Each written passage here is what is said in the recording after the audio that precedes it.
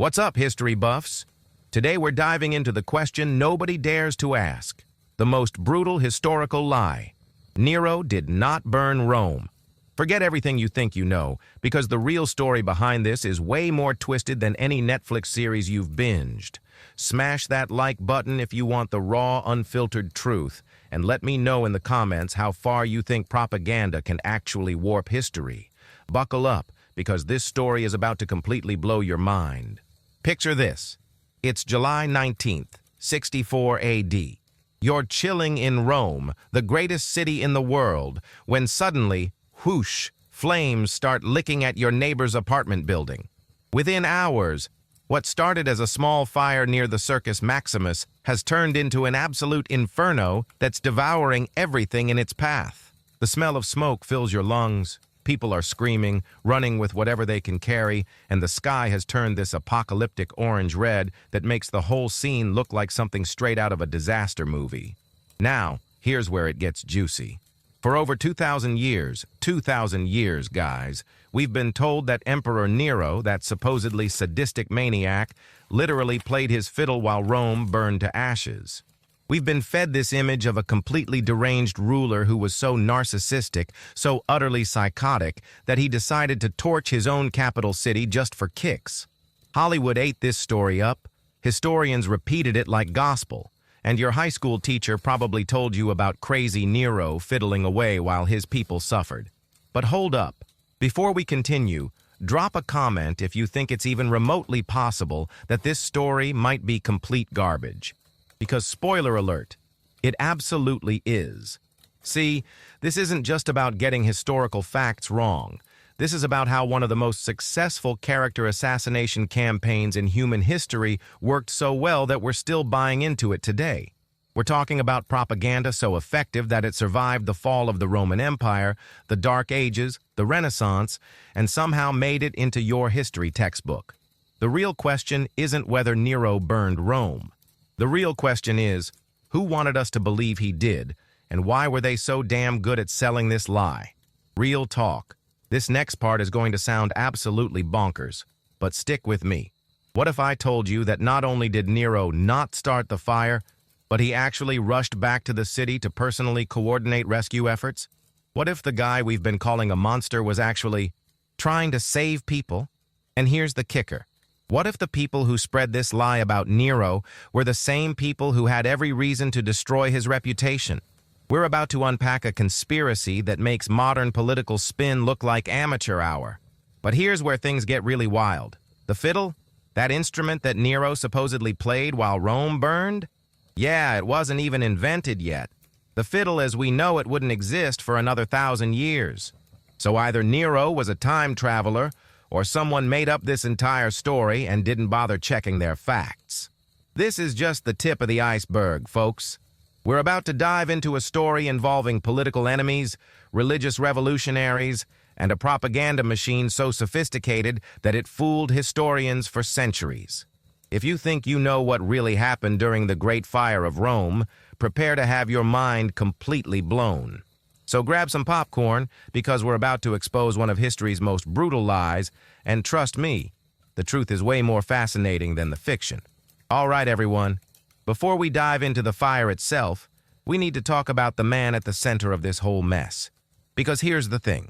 Everything you think you know about Nero is probably wrong, and I mean everything. Let's start with the basics. Nero Claudius Caesar Augustus Germanicus? Yeah, Romans love their ridiculously long names, became emperor when he was just 16 years old. 16! Think about what you were doing at 16. I was probably failing algebra and trying to figure out how to talk to girls. This kid was running the most powerful empire in the world. Now, was Nero perfect? Hell no. Was he a bloodthirsty maniac who burned down his own city for entertainment? Also hell no. But here's where the propaganda machine really did its work. They turned every single thing this guy did into evidence of his supposed insanity. Pause the video right now and guess what happens next. Because I guarantee you've been programmed to think of Nero in a very specific way, and we're about to completely flip that script. The historical sources we have about Nero come from three main guys: Tacitus, Suetonius, and Cassius Dio. Sounds official, right? These are the reliable historians who documented Nero's reign. But here's what nobody bothers to mention in history class. Every single one of these writers had an axe to grind against Nero, and none of them were even alive during the fire. Tacitus? He was writing about 50 years after Nero's death, during a time when hating on Nero was basically required if you wanted to stay in good standing with the new emperors. Suetonius? Same deal. He was writing under emperors who had literally built their legitimacy on the idea that they were nothing like that crazy Nero. And Cassius Dio? This guy was writing over 100 years later. That's like someone today writing about what really happened during World War I, based purely on rumors and political spin. But here's where things get really wild. Let's talk about what Nero was actually doing before the fire hit. This guy wasn't sitting around plotting the destruction of Rome. He was busy being, well, kind of a decent emperor, at least by Roman standards. Nero had actually been pretty popular with the common people. He threw massive public games, he built public baths, he even performed in theaters, which, by the way, absolutely scandalized the Roman elite because emperors weren't supposed to do lowly things like entertain people. The horror! And this is where our story takes a hard left turn, because Nero's real crime wasn't burning Rome. His real crime was being different. He didn't act like the traditional stern, militaristic Roman emperor. He was into arts, music, poetry, theater. He actually seemed to give a damn about what regular people wanted, not just what the Senate and the aristocrats thought was proper. Hold up. Before we continue, drop a comment if you think being an artist automatically makes someone unfit to rule, because that's basically what the Roman elite believed, and it's a big part of why they were so eager to destroy Nero's reputation. The guy was literally trying to be a people's emperor, and the traditional power structure hated him for it. So when disaster struck, when Rome actually did burn, guess who made the perfect scapegoat? If you're still with me, you're about to witness the most insane plot twist in ancient political manipulation. Because the people who spread the story about Nero burning Rome weren't just his political enemies. They were the same people who had been trying to get rid of him for years, and this fire gave them the perfect opportunity to finish the job. Buckle up, Buttercup, because we're about to dive into what actually happened on July 19, 64 AD, and it's nothing like what you've been told. Picture this. It's a hot summer night in Rome. The city is packed. We're talking about over 1 million people crammed into what's basically ancient urban sprawl. Most buildings are made of wood, they're built way too close together, and fire safety regulations? What fire safety regulations? This place was basically a tinderbox waiting for a match. The fire starts near the Circus Maximus. That's Rome's massive stadium where they held chariot races. Now, this wasn't some mysterious blaze that appeared out of nowhere. Fires were actually pretty common in ancient Rome. The city had a fire department, guys. They knew this was a constant threat. But this fire was different. The wind picked up, and what started as a normal urban fire turned into something that would make the Chicago fire look like a backyard barbecue. Within hours, entire neighborhoods were gone. We're talking about flames jumping from building to building faster than people could run. And where was Nero during all this chaos? Here's where the story gets really interesting, because according to actual contemporary records, not the propaganda written decades later, Nero was in Antium, about 35 miles away from Rome, when the fire started. Real talk. This next part is going to sound absolutely bonkers, but stick with me. When Nero got word that his capital city was burning, he didn't sit around playing music. He didn't throw a party. He immediately rushed back to Rome and started coordinating rescue efforts like his life depended on it. The guy opened up his own palace gardens to house refugees. He organized food distribution for displaced families. He personally supervised firefighting efforts. This doesn't sound like the behavior of someone who started the fire for kicks, does it? But here's the kicker, and this is where our modern understanding of disaster management comes in. Nero actually did something that would make FEMA proud. He set up temporary housing, arranged for emergency supplies, and even started planning the reconstruction before the ashes had cooled. Hold up. Before we continue, Drop a comment if you think this sounds more like a competent leader responding to a crisis than a psychotic arsonist, because that's exactly what it was. Now you might be thinking, okay, but what about all those stories about him playing music while Rome burned? Well, here's where things get really wild. The most detailed account of Nero's response comes from Tacitus, and even Tacitus, who absolutely hated Nero, admits that the emperor handled the crisis pretty well. But plot twist incoming, Tacitus also mentions that some people at the time suspected Nero had started the fire. Not because there was evidence, but because, and I quote, "there was a rumor." A rumor, guys.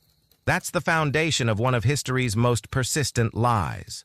And this is where our story takes another hard left turn, because while Nero was busy trying to save his city, someone else was already working overtime to make sure he'd get the blame for destroying it. See, fires don't vote in elections or overthrow governments. But public opinion can topple emperors. And there were people in Rome who had been waiting for exactly this kind of opportunity to turn the people against Nero once and for all. If you think you know where this is going, trust me. You have no idea how deep this rabbit hole actually goes. All right, folks, this is where our story gets absolutely wild, because we're about to meet the people who actually had motive, opportunity, and a damn good reason to want Rome to burn. And spoiler alert, it wasn't the emperor. Let's talk about the early Christians in Rome, circa 64 AD. Now, before anyone freaks out in the comments, I'm not bashing Christianity here. I'm talking about historical facts and political realities in ancient Rome. These early Christian communities were nothing like the organized religion we know today. We're talking about small, secretive groups who genuinely believed the world was about to end. Like, literally any day now. They called it the Second Coming, and they were convinced it was imminent. Now, when you truly believe that God is about to destroy the existing world order and establish a new kingdom, what do you think of the current power structure? That's right. You see it as something that needs to go. Picture this. You're a Christian in Rome in 64 AD. You've been told that the Roman Empire is literally the enemy of God, that Caesar is a false idol, and that the entire pagan system needs to be destroyed for Christ's kingdom to come. Some of your fellow believers are talking about how great it would be if this whole corrupt city just disappeared. Real talk. This next part is going to sound controversial, but history doesn't care about our feelings. There were Christian groups at this time who were genuinely looking forward to Rome's destruction. It wasn't just metaphorical. They wanted the physical city gone. And here's where things get really interesting. After the fire, Nero didn't immediately blame the Christians. That came later. Initially, he was focused on rescue and reconstruction. But someone started spreading rumors that Nero had started the fire, and those rumors were spreading fast through certain communities. Pause the video right now and think about this logically. If you wanted to deflect blame from your own group, what would be the perfect strategy? You'd blame the guy everyone already thinks is crazy, right? But here's the kicker that nobody talks about in history class. Nero's persecution of Christians didn't happen until after these rumors started circulating. It wasn't some random act of imperial cruelty. It was a direct response to what he believed was a coordinated campaign to frame him for arson. Now, was Nero's response proportional? Hell no. The guy went completely overboard with the persecution, and that's on him. But was he responding to what he genuinely believed was a threat to his rule? Absolutely. Hold up. Before we continue, drop a comment if you think it's possible that both sides made terrible choices here. Because that's exactly what happened, and it's way more complicated than the simple evil emperor versus innocent Christians narrative we usually get. Here's where our story takes another hard left turn, because while Nero was busy dealing with Christian communities he thought were trying to frame him, the real masterminds of this character assassination were sitting in the Senate, watching their plan work perfectly. See, the Christians made perfect scapegoats for Nero to blame, which made Nero look like exactly the kind of tyrant his political enemies had been saying he was all along. It was a win-win situation for everyone except Nero and the Christians who got caught in the crossfire. And this is where things get absolutely diabolical, because the people who really benefited from this whole mess weren't the Christians. And they definitely weren't Nero. They were the Roman senators and aristocrats who had been plotting against Nero since day one, and they just found the perfect way to destroy him without getting their own hands dirty. If you're starting to see how sophisticated this whole operation was, buckle up, because we haven't even gotten to the really crazy part yet. Listen up, because I'm about to tell you a story so crazy that if it was fiction, you'd say it was too unrealistic. We're talking about a political conspiracy that would make House of Cards look like a children's cartoon. Meet the real villains of our story, the Roman Senate and the aristocratic families who had been plotting Nero's downfall since before he even became emperor. These weren't just disgruntled politicians. These were some of the most powerful, wealthy, and ruthless people in the ancient world. And they had a problem. Their problem? Nero was popular with the masses, and he wasn't playing by their rules. See, traditional Roman emperors were supposed to be tough, militaristic, and most importantly, they were supposed to respect the old aristocratic families and keep the Senate happy. Nero? This kid was giving free grain to the poor, building public entertainment venues, and worst of all, he was actually listening to what regular people wanted instead of just doing whatever the rich guys told him to do. In modern terms, imagine if a president completely ignored Wall Street, started actually taxing billionaires, and spent all their time on programs that helped working-class families. How do you think the ultra-wealthy would react? Exactly. They'd want that president gone, and they'd use every tool at their disposal to make it happen. But here's where things get really wild. The Roman aristocrats couldn't just vote Nero out of office. This wasn't a democracy. They needed a way to turn public opinion against him so completely that either he'd be forced to step down or someone would be justified in getting rid of him permanently. Real talk. This next part is going to sound absolutely bonkers, but stick with me. The Great Fire of Rome wasn't just a disaster for these guys. It was a golden opportunity. Finally, something terrible had happened that they could pin on Nero, and they went all in on making sure everyone believed he was responsible. And this is where our story takes a hard left turn, because these weren't amateurs. These were people who had been playing political games for generations. They knew exactly how to manipulate public opinion, and they had the resources to make their version of events stick. Plot twist incoming. While Nero was busy trying to rebuild Rome and help fire victims, his enemies were busy spreading a very different story. They whispered to merchants that Nero had started the fire to clear land for his new palace. They told slaves that Nero had sacrificed their neighborhoods for his own entertainment. They convinced religious groups that Nero was literally the enemy of their gods. Hold up. Before we continue, drop a comment if you think this sounds familiar to any modern political tactics. Because the playbook these guys were using is basically the same one politicians still use today when they want to destroy someone's reputation. But here's the kicker. They didn't just spread rumors. They created what we'd now call a multimedia propaganda campaign. They commissioned poets to write verses about Nero's cruelty. They hired artists to create images that made him look demonic. They even got actors to perform satirical plays that mocked him as a madman. And the fiddle story? The one about Nero playing music while Rome burned? That's pure propaganda genius right there. It's visual, it's memorable, and it perfectly captures everything his enemies wanted people to think about him. That he was callous, artistic instead of practical, and completely out of touch with real suffering. Never mind that fiddles didn't exist yet. Never mind that Nero wasn't even in Rome when the fire started. The story was too good, too perfect, too emotionally powerful for anyone to bother checking the facts. If you're still with me, you're about to witness the most successful character assassination in ancient history. Because this wasn't just about destroying one emperor. This was about sending a message to any future emperor who might think about putting the people before the aristocrats. Buckle up, because we're about to see exactly how they pulled off the most brutal historical lie in Western civilization. All right, everyone. Gather round, because we're about to dive into the most sophisticated disinformation campaign in ancient history. These Roman aristocrats didn't just make up stories.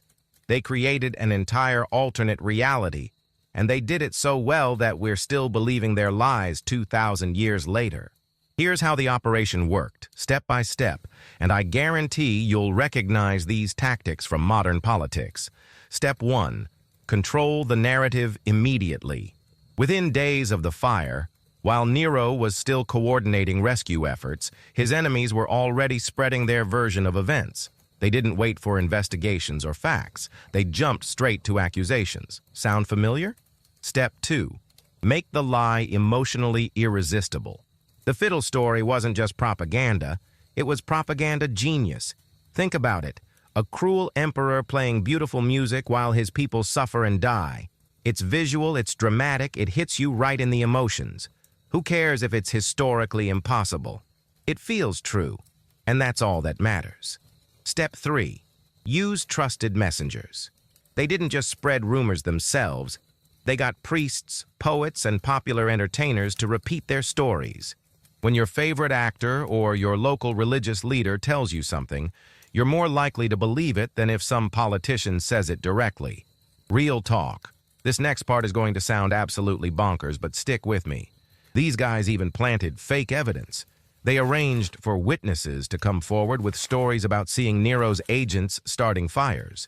They created physical proof of his guilt. This wasn't just character assassination. This was a full-scale fabrication operation. And here's where things get really wild. They didn't just attack Nero. They simultaneously promoted the idea that the good old days under previous emperors were so much better. Classic political move. Make people nostalgic for a past that was probably worse than the present. But hey, nostalgia sells. Plot twist incoming. While all this was happening, Nero was actually doing something that should have made him more popular, not less. He was rebuilding Rome better than it had ever been before. The guy implemented actual fire safety regulations. He required wider streets so fires couldn't spread as easily. He mandated that new buildings be made with stone instead of just wood. He created public spaces and improved infrastructure. In modern terms, Nero was basically doing urban planning that wouldn't look out of place in a contemporary city. But did anyone talk about that? Hell no. His enemies made sure the only story people heard was about the crazy emperor who burned down Rome for fun. Hold up. Before we continue, drop a comment if you think this sounds like any modern media manipulation you've seen. Because the playbook literally hasn't changed. Only the technology has improved. But here's the kicker that really shows how sophisticated these guys were. They didn't just spread lies about what Nero did during the fire. They retroactively created stories about his entire life to make him seem like the kind of person who would burn down a city. Suddenly, every decision Nero had ever made was reinterpreted as evidence of his insanity. His love of theater, proof that he was unstable and unfit to rule, his generosity to the poor, obviously just trying to buy popularity. His attempts at diplomacy instead of constant warfare, clear sign that he was weak and un-Roman. And this is where our story takes another hard left turn, because while Nero's enemies were busy destroying his reputation, they were also setting up his replacement. This wasn't just about getting rid of one emperor. This was about installing someone who would play by the old rules and keep the aristocrats happy. If you're starting to realize that this whole thing was basically an ancient coup disguised as popular outrage, congratulations. You're finally seeing through one of history's most successful lies. Listen up, because this is where our story gets absolutely insane. Everything we've talked about so far, the propaganda, the character assassination, the systematic destruction of Nero's reputation, all of that was just the setup for the real endgame. These Roman aristocrats didn't just want to make Nero look bad, they wanted him dead, and they were willing to do whatever it took to make that happen. In 65 AD, just 1 year after the Great Fire, something called the Pisonian Conspiracy was discovered. This was a plot involving dozens of senators, aristocrats, and military officers who were planning to assassinate Nero and replace him with someone more cooperative. The leader? A guy named Gaius Calpurnius Piso, basically the ancient Roman equivalent of an establishment politician who promised to restore order and bring back the traditional values. Sound familiar? But here's where things get really wild. This conspiracy had been in the works long before the fire ever happened. These people had been planning to get rid of Nero for years, and the fire just gave them the perfect excuse to accelerate their timeline. Real talk. This next part is going to sound absolutely bonkers, but stick with me. When the plot was discovered, do you know how many people were involved? Over 40 high-ranking Romans, senators, military commanders, even members of Nero's own staff. This wasn't just a few disgruntled politicians. This was a full-scale shadow government waiting in the wings. And the craziest part? Some of these conspirators had been the same people spreading the stories about Nero burning Rome. They weren't just trying to destroy his reputation. They were creating the justification for killing him. Plot twist incoming. The conspiracy failed, but not because Nero was some brilliant detective. It failed because one of the conspirators got nervous and confessed everything to try to save his own skin. But here's the kicker that really shows you how deep this went. Even after the conspiracy was exposed, even after dozens of the most powerful people in Rome were revealed to be traitors, the propaganda about Nero being a mad arsonist continued to spread. Why? Because the people writing the history books were connected to the same aristocratic families that had been plotting against Nero all along. Hold up. Before we continue, drop a comment if you think it's possible that some of our reliable historical sources might have had their own agendas, because that's exactly what happened here. Tacitus, that objective historian I mentioned earlier, his father-in-law was a Roman general who served under the emperors who came after Nero. Suetonius, he worked directly for emperors who had built their legitimacy on being better than crazy Nero. These weren't neutral observers. They were part of the system that benefited from making Nero look like a monster. And this is where our story takes its final hard left turn, because what happened to Nero after the conspiracy shows you exactly how effective this character assassination really was. By 68 AD, just 4 years after the fire, Nero's support had completely collapsed. Not because he was actually a bad emperor. His economic policies were working, his building projects were improving people's lives, and he hadn't started any unnecessary wars. He lost support because the propaganda machine had been so successful that nobody wanted to be associated with him anymore. When the military revolts finally came, they didn't come because soldiers hated Nero personally. They came because the officers, many of whom were connected to the same aristocratic families we've been talking about, convinced them that supporting Nero was supporting a madman who had burned down Rome.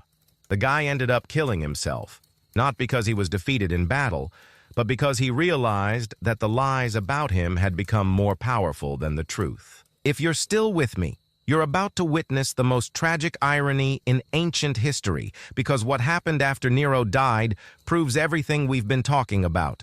All right, folks, this is where our story gets absolutely heartbreaking, because what happened after Nero's death in 68 AD proves beyond any doubt that this whole thing was a setup from the very beginning. Remember all those aristocrats and senators who had been plotting against Nero? Remember how they promised that getting rid of the mad emperor would restore peace and prosperity to Rome? Well, guess what happened next? Complete freaking chaos. The year after Nero died became known as the Year of the Four Emperors. 4 different guys claimed the throne, and Rome descended into civil war. We're talking about armies marching on the capital, mass executions, economic collapse, and political chaos that made Nero's reign look like a golden age of stability. But here's the kicker.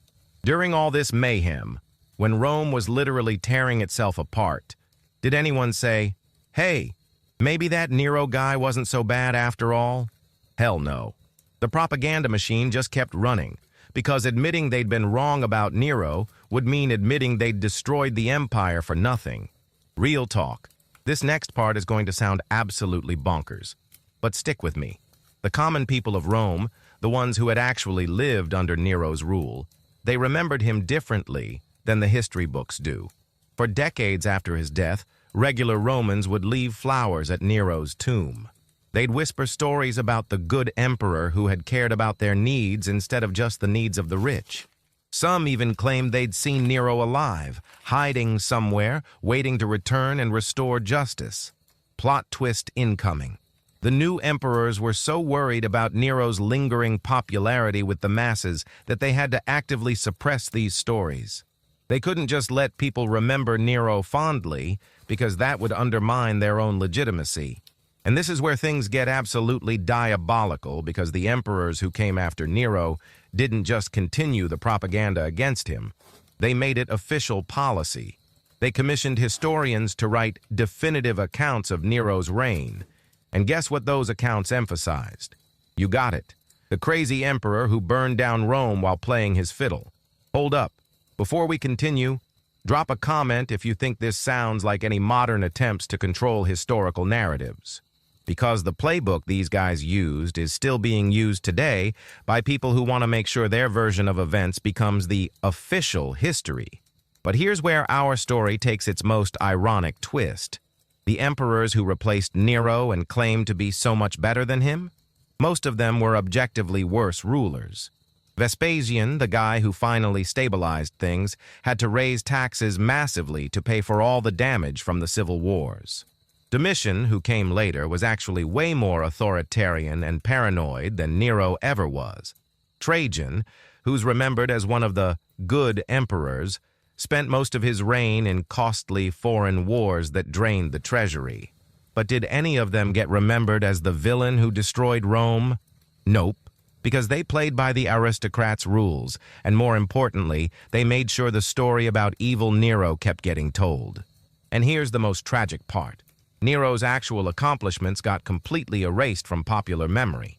The fire safety regulations he implemented after the Great Fire, they worked so well that Rome never had another major fire for centuries. The infrastructure projects he started, they improved people's lives for generations. The economic policies that helped the poor, they were quietly continued by his successors, who just made sure not to give him credit. If you're starting to realize that we've been robbed of the truth for over 2,000 years, congratulations. You're finally seeing the full scope of this historical crime. Buckle up, because we're about to dive into the final piece of this puzzle. How this lie became so embedded in our culture that even today calling someone Nero is shorthand for calling them a destructive tyrant. Listen up, because this is where our story gets absolutely mind-blowing. We've spent the last 8 blocks exposing how Roman aristocrats destroyed Nero's reputation to cover up their own coup attempt. But here's the crazy part.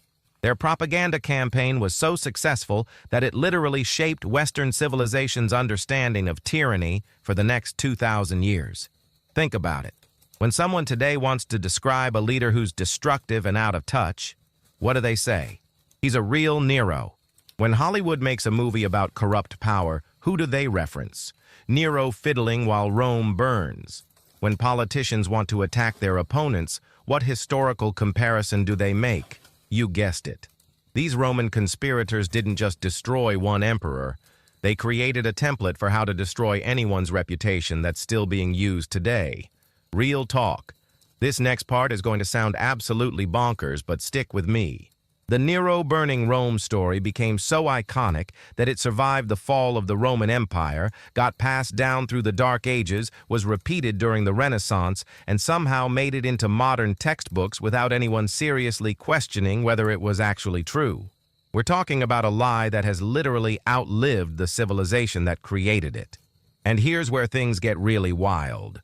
Every single piece of evidence that could have contradicted this story was either ignored, suppressed, or reinterpreted to fit the narrative.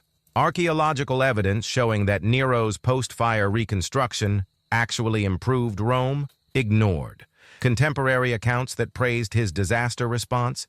Dismissed as propaganda. The fact that the fiddle didn't exist in 64 AD? Nobody bothered to check. Plot twist incoming. Even when modern historians started to question the traditional story about Nero, they faced massive resistance from the academic establishment. It's like the lie had become so embedded in our cultural DNA that admitting Nero wasn't a monster would require rewriting everything we thought we knew about Roman history. But here's the kicker that really shows you how deep this goes. The same pattern of character assassination that was used against Nero has been repeated throughout history against anyone who challenged the established power structure. Think about it. How many other historical figures have been demonized by their enemies, only for us to discover later that the official story was complete garbage? How many times have we been told that someone was a tyrant or a madman when the real story was that they were threatening powerful interests? Hold up.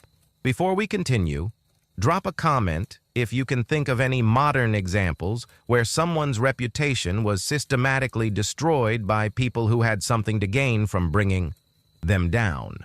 Because this playbook is still being used today. And this is where our story takes its final, most important turn, because understanding what really happened to Nero isn't just about correcting a historical mistake. It's about learning to recognize when we're being manipulated by propaganda, no matter what century we're living in.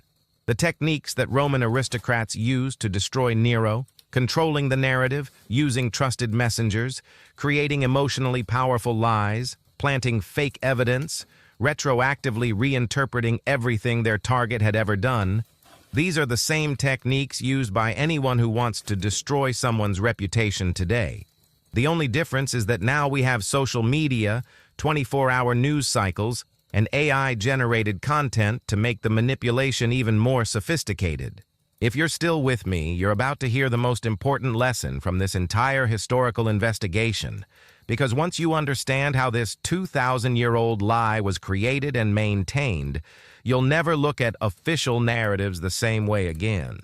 This is just the tip of the iceberg, folks. There's so much more crazy stuff in history that schools never teach you. So many more facts that turn out to be propaganda. So many more times when the people in power have lied to us about what really happened. What do you think? Was Nero a scapegoat for one of history's most successful political conspiracies? Or am I completely crazy for questioning 2,000 years of established history? Let me know in the comments. And if this blew your mind like it blew mine when I first started researching it, smash that like button and subscribe for more hidden truths that will make you question everything you thought you knew about the past. Because here's the real truth. If they could pull off a lie this massive and make it stick for 2 millennia, what other historical facts might actually be complete fiction? That's a rabbit hole we're definitely going to explore in future videos. Thanks for sticking with me through this insane journey, and remember, question everything, especially the stories that seem too perfect to be true. Because, as we've learned today, sometimes the most brutal historical lies are the ones that sound the most believable.